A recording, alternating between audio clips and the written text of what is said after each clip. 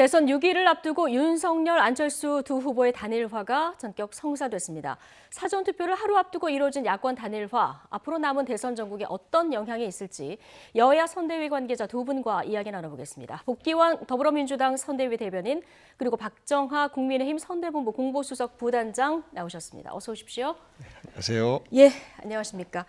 끝날 때까지 끝난 게 아니었군요. 그야말로 전격적인 단일화가 지금 성사가 된 상황인데, 먼저 오늘 아침 8시에 진행된 윤석열, 안철수 두 후보의 단일화 기자회견 내용과 정치권 반응까지 영상으로 보고 오시겠습니다. 저 안철수는 윤석열 후보를 지지하기로 했습니다. 오늘부터 정권 교체를 향한 국민의 여망을 담아 국민 통합과 대한민국의 미래로 가는 대장정을 시작합니다. 오늘 단일화 선언으로 완벽한 정권 교체가 실현될 것임을 추호도 믿어 의심치 않습니다. 저 윤석열은 안철수 후보의 뜻을 받아 반드시 승리하여 함께 성공적인 국민 통합 정부를 반드시 만들고 성공시키겠습니다.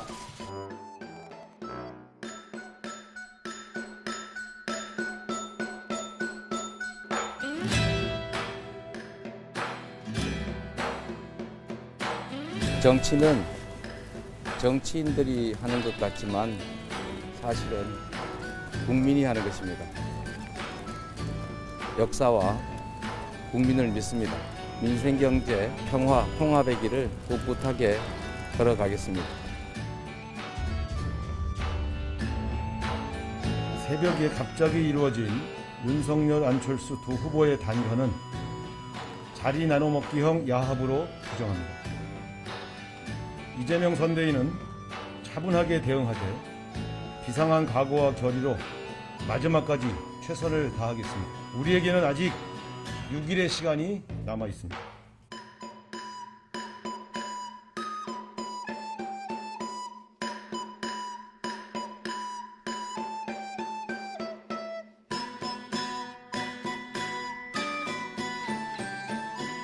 제3지대 정치를 떠나 다시는 돌아올 수 없는 길을 갔습니다.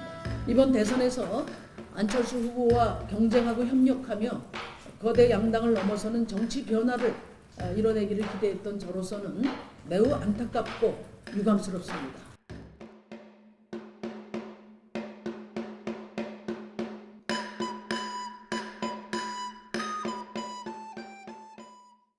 네, 자, 영상 보고 오셨는데요. 박정하 부단장께 먼저 좀 질문을 드려야 될 것 같습니다.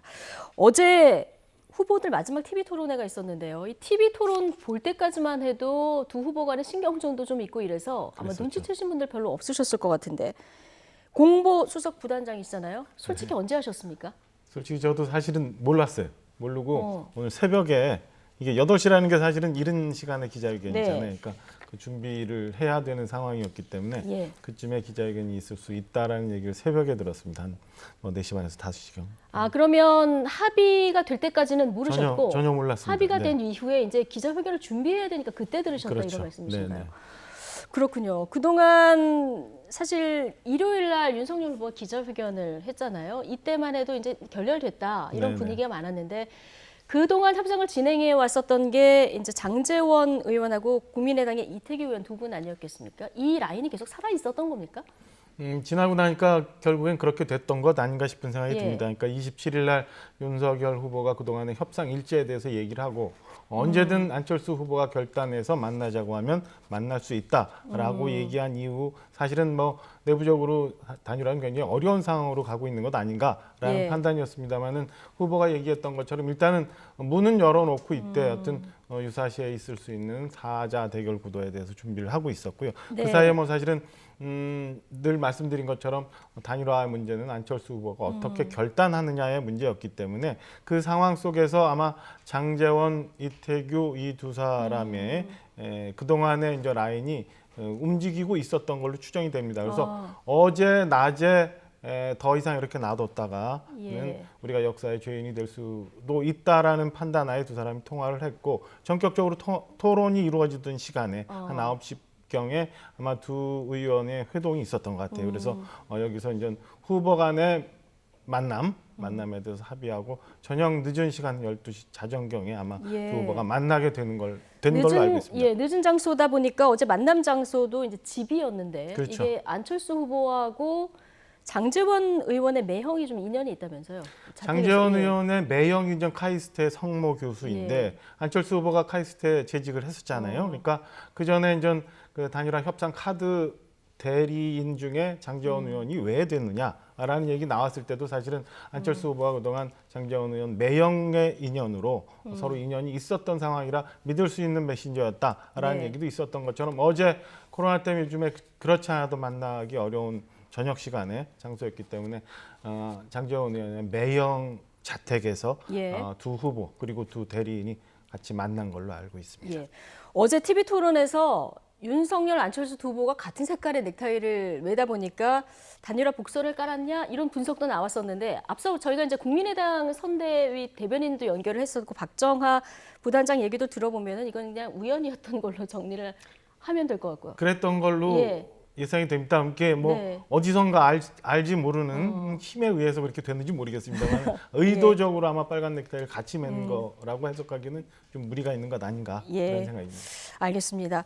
자, 민주당은 어제까지만 해도 그 안철수 후보에게 함께 정치 개혁하자. 자, 이렇게 러브콜도 보내긴 했는데 오늘 이제 단일화 이후에 나온 논평을 들어보면은 야합이다. 그리고 안철수 후보는 단군 일의 최악의 거짓말쟁이다. 이런 비판까지 나왔거든요. 민주당 분위기는 어떻습니까? 뭐 다양합니다. 네. 속았다라고 말씀하시는 분도 계시고 그럴 예. 줄 알았다라고 말씀하시는 분도 계시고 저희 민주당의 입장이 중요한 것이 아니고 저는 국민들이 어떻게 이것을 바라볼까. 단일화라고 하는 것은 국민의 입장에서의 단일화가 돼야 되는데 이것을 보면 바로 전전날까지도 완전히 안 되는 것처럼 우리 네. 국민들에게 그렇게 보여주지 않습니까? 예, 윤석열 후보 이제 비판한 이런 그렇습니다. 지점을 협상 말씀하시는 과정에 대해서 적나라하게 다 공개를 하고 나한테 책임 없습니다라고 하면서 책임 떠넘기기를 하고 그리고 안철수 후보에 대해서 그렇게 이준석 대표의 조롱과 비아냥 이런 것들이 있어서 이게 상식적인 정치라고 하면 네. 단일화는 어려운 거 아니냐라고 저희들은 생각을 했었고 아마 국민들도 많이 그렇게 생각했을 거예요. 그래서 단일화를 원하는 국민의힘의 어떤 안정적인 정권 교체의 어떤 발판을 좀 마련해 보고 싶다라고 하시는 분들은 굉장히 좀 아쉬워했을 것 같은데 네. 반대로 지금 양 진영이 이렇게 나뉘어져서 제3지대 중간지대 정치가 있어야 대한민국 정치가 좀 덜 싸우지 않겠느냐. 예. 저희 민주당에서 통합정부를 제안한 것도 사실상 그런 의미에서 중간지대와 함께 손잡고 통합정부 구성을 통해서 우리 국민들에게 독주하지 않습니다. 예. 라는 어떤 메시지를 드렸던 것인데 안철수 후보가 지금까지 정치인으로 남아 있었을 수 있었던 그 무기가 바로 안철수 후보가 갖는 중도성, 예. 약간은 비교적 합리성 이런 걸 가지고 비록 소수 정당이지만 계속 응원해주고 지지를 보내고 있었던 이분들에 대한 배신 아닌가라는 평가가 전 주를 이룬다고 봐요. 그래서 지금 보면 국민의힘 내에 그 국민의힘이 아니라 당 내에 예. 그 당원들 안철수 의원의 지지자들 간에 훨씬 더 많은 목소리가 배신당했다라는 목소리거든요. 예. 그래서 나는 그냥 4번 찍을란다. 사퇴가 되더라도 뭐 이런 예. 목소리도 나오고 그래서 단일화 과정이 우리 국민들에게 이해와 설득, 감동 예. 이런 것들이 있어야 되는데 그런 것들이 전무한 그저 후보 간의 단일화에 불과하기 때문에 이것이 어떤 긍정적인 영향을 미칠지에 대해서 저희들은 조금 부정적으로 생각하고 있습니다. 예. 이재명 후보가 어제 토론회 때만 해도 정치 교체를 해서 제3의 선택이 가능하도록 하겠다 이 얘기를 하면서 이거를 안철수 후보, 심상정 후보와 같이 하고 싶다 이런 얘기를 했었습니다. 네. 근데 어쨌든 두 사람이 단일화를 선언을 했고요. 지금 민주당에서 정치 교체 프레임을 들고 나왔었는데 지금 정권 교체 프레임으로 좀 바뀌는 이런 상황이 아닌가 싶은데 어떻게 보고 계십니까? 정권 교체라고 하는 것은 선거구고 네. 정치 교체라고 하는 거는 시대 교체의 프레임이지 않습니까? 좀 다른 거예요. 그래서 정권 교체와 정권 재창출이 다 옳은 거냐? 그렇지 않습니다. 김대중 대통령이 집권할 때는 역사상 최초의 정권 교체가 필요합니다. 라고 국민들에게 설득하고 JP와 연합을 통해서 정권 교체를 실현했던 것인데 그때 그 정권 교체의 가치는 예. 군사 독재 연장선상에서 일당 독재를 깨야 대한민국의 민주주의가 제대로 성장할 수 있습니다라는 가치가 같이 들어가 있는 거라면 지금은 좀 달라요. 그러니까 국민의힘의 역대 대통령을 보면 민정당으로부터 그 역사가 시작되기 때문에 전두환 대통령, 노태우 대통령 그리고 그 김영삼 대통령까지 전부 다 역사적으로 좋은 평가를 못 받지 않습니까? 그리고 나서 DJ와 노무현 대통령이 집권을 하고 그 다음에 또 정권 교체라는 카드를 들고 이명박 대통령이 집권했어요. 이명박 박근혜 대통령 때 예. 정권 재창출을 얘기했지만 결국은 그 10년 과정이 우리 국민들에게 잘못된 선택이었다. 그렇기 때문에 손가락을 잘라야 된다라고 하고 지금 윤석열 후보도 DJ와 노무현 정신을 배우겠다라고 얘기를 하지 않습니까? 그래서 정권 교체, 재창출 이런 것들은 그야말로 그 시기에 선거용 구호인 것이고 정치 교체와 통합 정부의 실현이라고 하는 것은 가치다. 이런 네. 차별성에 대해서 말씀드립니다. 예, 자 오늘 두 사람이 더 좋은 정권 교체를 위해서 뜻을 합하기로 했다 이런 얘기도 했고요. 국민이 만든 단일화다 이런 네. 표현도 썼습니다. 자 어쨌든 야권에서는 지금 정권 교체가 정치 교체다 지금 이렇게 얘기하고 있는 상황인데요. 어떻게 보십니까? 예. 민주당식의 해석이라 뭐 네. 그 건에 대해서 일일이 말씀드릴 건 아니지만은 어제만 해도 사실 이재명 후보는 심상정 후보, 안철수 후보를 향해서 통합 얘기했어요. 그러니까 본인이 얘기했던 민주당이 얘기했던 통합은 통합이고 이렇게 돼서 국민의힘과 국민의당이 단일화를 하는 거는 야합이다라는 것 자체를 사실은 동의하기가 어려운 상황이에요. 그러니까 내가 한 거는 통합이고 남이 한 거는 야합이라고 얘기하는 거는 지금까지 국민들이 지긋지긋하게 봤던 그 바로 내로남북의 전형적인 해석 아닌가라는 생각이 하나 들고요. 예. 제가 이제 복대변 의원하고 며칠 전에 이제 같이 단일화 관련해서 논의를 했습니다만 그때도 제가 그 말씀드렸어요. 그러니까 국민의당 내에서 오히려 이 단일화 결렬에 대해서 반발 내지는 거부하는 움직임이 있을 거다. 이거를 안철수 후보가 견딜 수 있는지 없는지가 단일화의 관건이 될 수 있다는 제가 그런 말씀드렸는데요. 그 이후에 이제 임명진 목사도 지지 철회를 하시고 예. 김동길 교수 후원 회장인 김동길 교수도 지지 철회를 해요. 이런저런 압력들이 그러니까 복대변인께서는 국민의당 내에 구성원들이 일부가 이제 단일화에 대한 반발 움직임이 있다. 이게 전체 의견일 수도 있다라고 말씀하지만 저는 그게 오히려 소수 아닐까. 그래서 이 국민의당 내에 있는 많은 구성원들이 지금 현재 과반 이상의 국민들이 원하고 있는 정권 교체라는 거에 반대되는 결론이 났을 경우에 이 상황을 견디지 못했을 거다. 그래서 안철수 후보가 결정적으로 단일화를 결심하게 되는 것도 이런 내부적인 여러 가지 의견들이 있었을 거다라는 말씀을 좀 드립니다. 그래서 네. 지금 두 후보가 극적으로 단일화한 거는 오래전부터 사실은 안철수 후보가 단일화 제안을 먼저 했었잖아요. 예. 한 3, 4주 전부터 이루어져 왔던 거기 때문에 뭐 하루아침에 자리를 나누기 위한 단일화가 아니라 지금 무엇보다도 국민들이 많이 바라는 정권 교체와 관련한 그 시대적 소명을 하기 위한 거다라는 이해의 말씀을 좀 드립니다. 네, 지금 분석하신 이런 부분들이 아마 영향을 미쳤을 것이다 얘기를 해주셨는데요. 사실 앞서 말씀을 드렸습니다만 휴일 유세 때만 해도 윤 후보를 강력하게 이제 비판을 했었던 안철수 후보인데 갑자기 마음을 돌린 이유에 대해서 여야에서는 이런 해석들이 나옵니다. 듣고 이어가겠습니다. 며칠 전에 서로 가시돋친 말을 주고받으면서 안철수 후보가 유세에서 윤석열 뽑으면 1년 안에 손가락 자르고 싶어질 거다 이런 말까지 공개적으로 할 정도로 대립이 심했지만 전국적으로 합의가 이루어진 거죠. 그러면 뒤에서 무슨 합의가 이루어졌느냐? 뭐 당연히 합의가 있죠.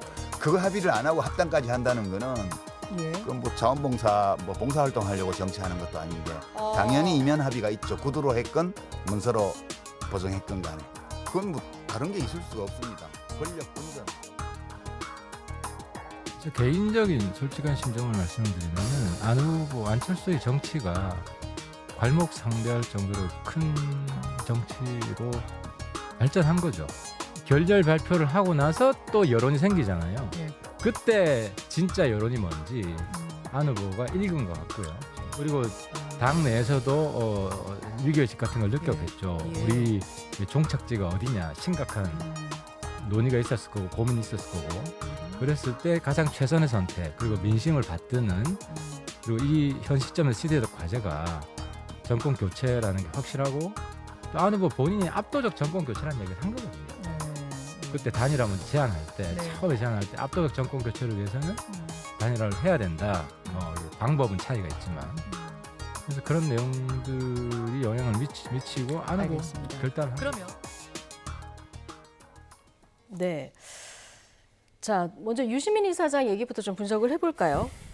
단일화 과정을 놓고 분명히 이면 합의가 있었을 거고 이건 뭐 자원봉사가 아니기 때문에 그랬을 거다. 구체적으로는 안철수 후보의 총리 카드 가능성이 커 보인다 이렇게 전망을 했거든요. 오늘 안철수 후보 나는 행정 경험은 없다 이런 얘기도 해서 자, 이런 어떤 이면에 합의가 있었을까요? 어떻게 파악하고 계십니까? 저는 뭐 이면 합의는 없었으리라고 예. 보여집니다. 그러니까 유시민 사장이 얘기한 이면 합의는 그때 뭐 논할 건가 아닌 건가 싶을 정도로 저는 뭐 큰 의미를 둘 수 없는 얘기라고 보여지고요. 지금 두 후보 간, 그러니까 오늘 자정부터 있었던 한 2시간 반간의 대화에 대한 재구성에 대해서도 뭐 흘러나와서 보도가 되고 있습니다만 예. 그 안에 보면 제일 중요했던 게 이제 신뢰의 문제라는 것. 그다음에 특히 윤석열 후보 같은 경우는 무슨 종의를 통한 이런 합의서가 뭐 필요 있나 뭐 이런 얘기도 이제 흘러나와요. 그럼 네. 제가 볼 때는 그 전에 1월 중순인가 윤석열 후보가 또 10분의 단판이면 된다라는 네. 얘기했던 것들을 보면 저는 뭐 유시민 사장이 얘기했던 아니면 한간에서 얘기하는 것처럼 무슨 이면 합의나 이런 것들은 없었으리라고 보여지고요. 문제는 이제 두 후보 간의 신뢰를 통해서 통합 정부에 대한 얘기가 있었고 그다음에 대선 이후에 바로 합당 논의가 들어가고 뭐 네. 이렇게 되니까 저는 안철수 후보가 본인이 원하는 바 그다음에 바라는 바에 대해서 저희 당에서 충분히 수용을 해서 예. 어떻게 정부를 운영할 건가 이런 과정 속에서 안철수 후보가 그동안 본인이 만들어왔던 정치적인 얘기들 그다음에 하고 싶자 하는 목적들이 있기 때문에 그거를 펼칠 수 있는 어떤 방안 방식에 대해서는 얼마든지 뭐 제한이 있을 수 있고 그 건에 네. 대해서는 논의할 수 있습니다만 지금 현재 저는 무슨 뭐 총리나 아니면 무슨 뭐 당의 어떤 예. 직이나 이런 식으로 이면 합의가 합의는 없었을 없었을 거라고 보입니다. 예. 근데 뭐 누가 지금 최종 당선이 될지도 모르는 상황이고요. 그리고 뭐 어떤 합의가 이면 합의가 아니더라도 두 후보 간에 어떤 대화가 있었는지까지는 저희가 파악을 할 수 없기 때문에 그런데 어쨌든 만에 하나 윤석열 후보가 당선이 됐고 안철수 후보가 총리 카드로 내세워진다. 이럴 때는 국회로 넘어올 거잖아요. 민주당 입장은 어떻게 될까요? 그 말씀드리기 전에 예. 조금 아까 그 통합정부라고 하는 개념이 민주당의 제안은 제3지대 정치 세력을 키워야 되기 때문에 국민의당 또 정의당 이 당을 가지고 함께 연대해서 정부를 운영하자라는 것인데 지금은 당 통합하잖아요. 당 통합하는데 어떻게 그게 통합정부가 되겠습니까? 네. 국민의 힘이든 국민의 당이든 이름이 정해지면 그 당 정부죠. 그래서 통합정부라는 말은 그저 수사에 불과하다라고 상식 있는 사람들은 다 생각할 거예요. 그리고 안철수 후보는 굉장히 위험한 선택을 한 겁니다. 그동안 본인이 제3세력이 필요하다라고 주장을 했으면서 만약에 윤석열 후보가 이기면 뭐 총리를 비롯해서 여러 가지 그 정치적인 어떤 그 권력을 분점하는 데 있어서 역할을 하겠죠. 그런데 만약에 윤석열 후보가 진다라고 하면 안철수라는 이름으로는 정말 갈지자를 걸으면서 갈팡질팡하고 왔다 갔다 했던 정치인으로만 기억되고 사라질 거예요.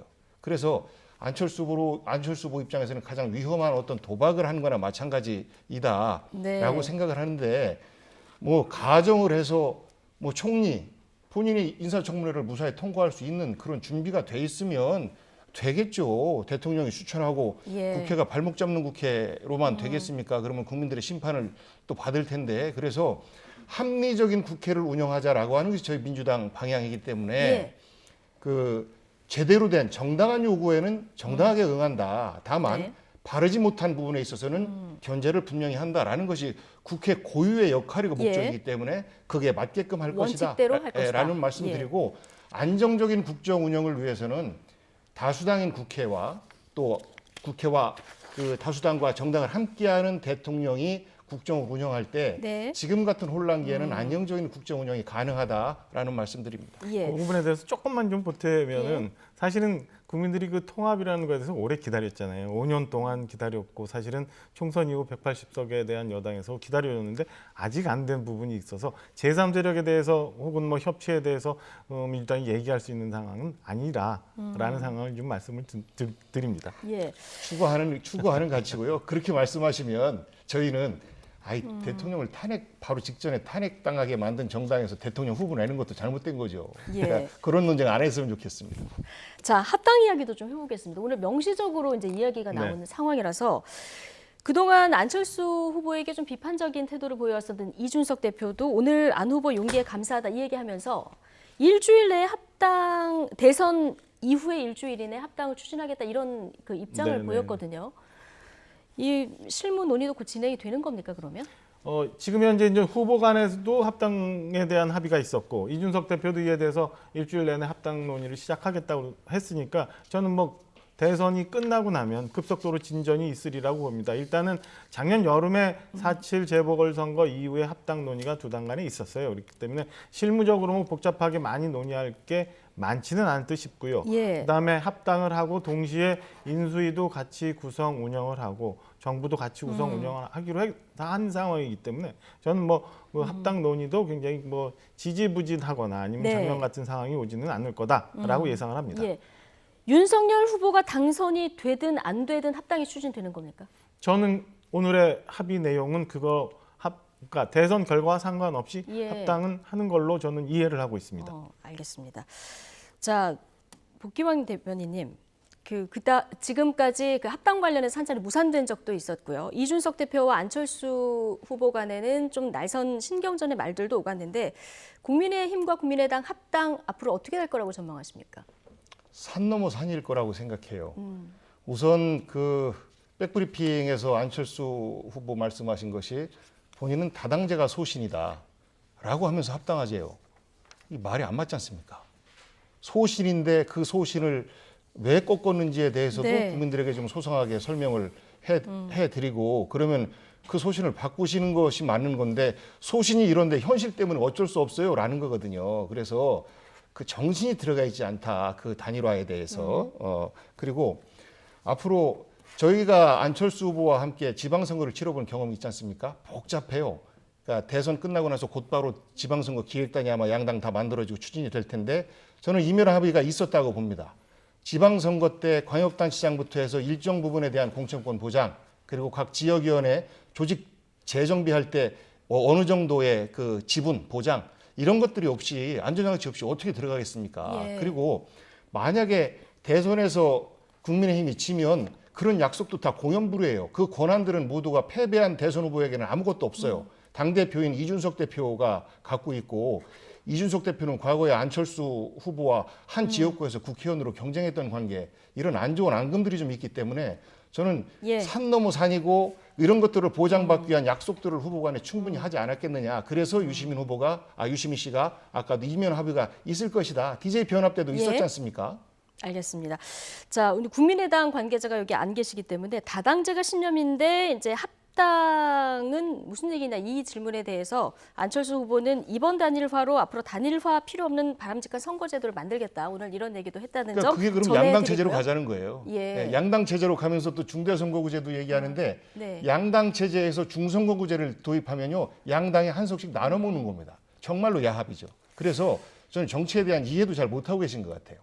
그 부분은 뭐 굳이 저 안철수 후보 측 입장을 좀 설명을 드리면 지금 현재 아까 제가 그 총선 이후 한 2년 정도 지났다고 했잖아요. 예. 그동안에 사실은 민주당이 다수당의 횡포를 얼마나 많이 부려왔는지 과연 제3세력에 대해서 존중을 해왔는지를 한번 돌아보면 안철수 후보가 저런 얘기를 했는지 이해할 것 같아요. 우선은 지금의 잘못된 구체제를 종식을 하고 그 다음에 선거구제나 권력구조 등을 논의해야 아마 다당제가 본인이 궁극적으로 생각하고 있는 다당제가 올 거다라는 의미로 아마 그런 얘기를 한 걸로 저는 이해하고 있습니다. 그럼 자, 민주당에서는 집권하고서 다시 분당되는 거를 가정할 수가 있는 겁니까? 다당제가 되려면 그렇게 가야 되잖아요. 아니죠. 그게 아니라 이제 뭐 선거구제가 지금처럼 사실은 국회의원 선거구제가 소선거구제로 유지가 된다면 다당제는 굉장히 쉽지 않은 문제예요. 그리고 민주당이 그전에 했던 것처럼 연동형 비례제를 저런 식으로 운영을 한다면 사실은 우리나라에서 다당제는 있을 수가 없는 구조죠. 이런 거를 근본적으로부터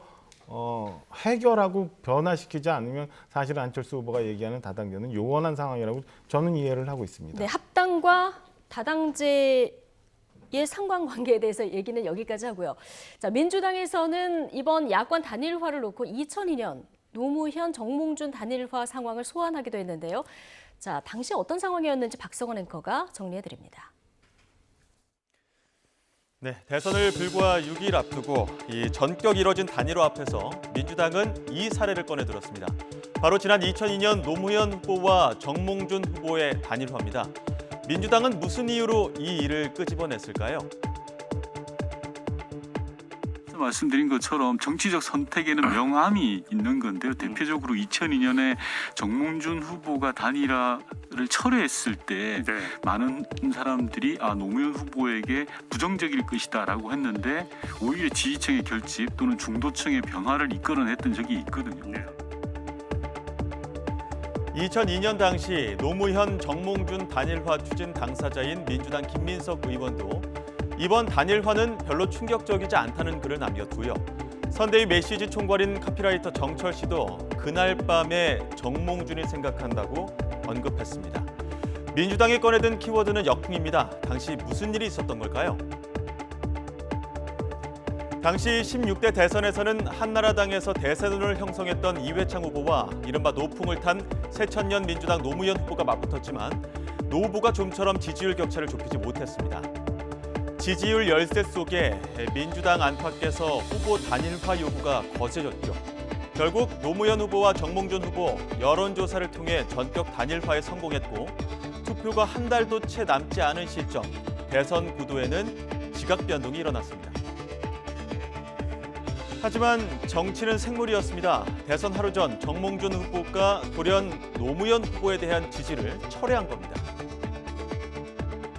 국민통합 21의 정몽준 대표는 민주당 노무현 후보에 대한 지지를 철회합니다. 국민 여러분께서 각자 현명한 판단을 해주시기를 바랍니다. 네, 이 소식을 들은 노무현 후보는 정몽준 후보 자택을 찾아갔지만 결국 만나지 못하고 돌아서야 했는데요. 이 사건 모두가 악재가 될 것으로 관측했지만 문전박대당하는 노무현 후보의 사진이 전파를 타면서 오히려 지지층 결집으로 이어졌고 결국 대통령에 당선됐습니다. 과거의 경험을 떠올리며 민주당은 선거일이 얼마 남지 않은 상황에서의 이합 집산은 큰 힘을 발휘하지 못할 거라고 주장하고 있습니다. 과연 이번에도 같은 공식이 통할까요? 양당 의원들의 의견 들어보겠습니다. 네, 단일화했는데 전날 지지 철회를 했고 노무현 당시 후보가 정몽준 후보 자택을 찾아간 이 사진 한 장 때문에 오히려 표가 결집하는 이런 현상이 나타난 이 사례를 좀 들고 나온 건데 두 분께 좀 짧게 의견을 듣겠습니다. 이번 단일화가 여당의 지지층 결집 얼마나 끌어낼 수 있을 거라고 보십니까?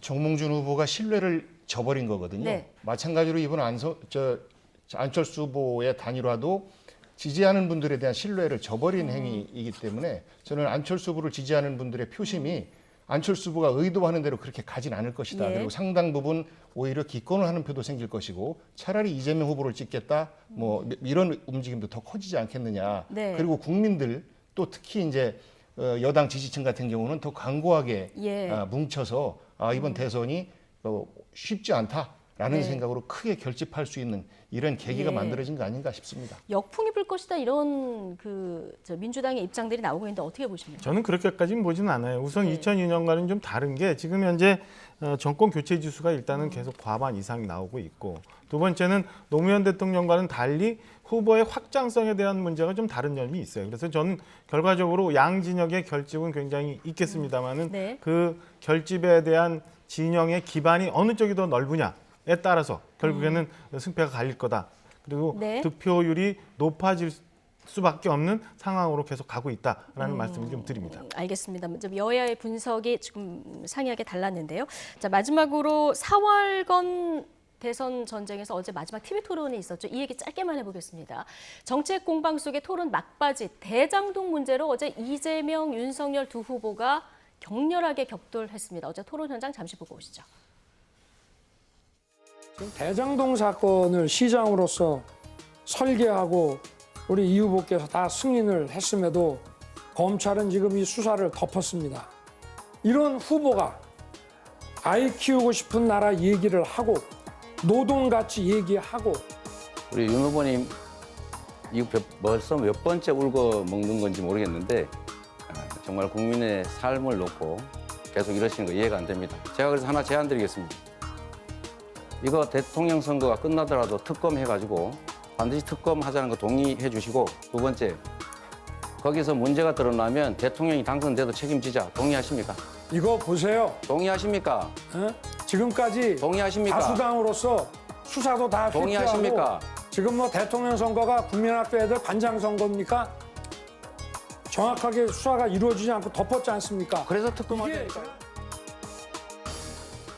네, 정치, 경제, 사회 모든 분야에서 대장동 이슈가 안 나온 적이 없는 이런 토론회였는데, 자, 이재명 후보 어제 그 특검을 5번 얘기를 했습니다. 근데 윤석열 후보 토론에서는 명확하게 답변을 안 하고 오히려 토론 끝나고 나서 무조건 해야 된다 이렇게 얘기를 했거든요.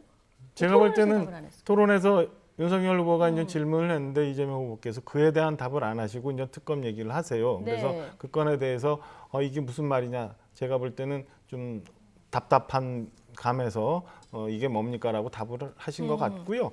이후에 마무리 발언 시간에 윤석열 후보가 분명히 특검에 대해서 얘기를 합니다. 그래서 특검에 대해서는 저희 당에서 이미 작년 9월부터 모든 걸 포함한 특검을 하자고 했던 거고, 네. 사실상 특검이 진행이 잘 되지 않은 거는 저는 뭐 민주당에서 사실상 거부하고 있었기 때문에 안 됐다고 봐요. 그래서 예. 대선 결과가 어떻게 됐건 간에 저는 대장동에 관련한 것은 특검이나 아니면 다른 어떤 방법을 통해서라도 국민들한테 실상을 소상히 말씀드리는 게 정치권의 도리고 역할이라고 생각을 합니다. 네. 대선 이후에도 이 대장동 이슈가 정치권의 핵이 될 수도 있는 이런 상황이 될 것 같은데, 자, 어제 윤석열 후보도 이제 무조건 어떤 방식으로든 수사는 해야 된다 이런 입장이거든요. 자, 대장동 앞으로 어떻게 될까요?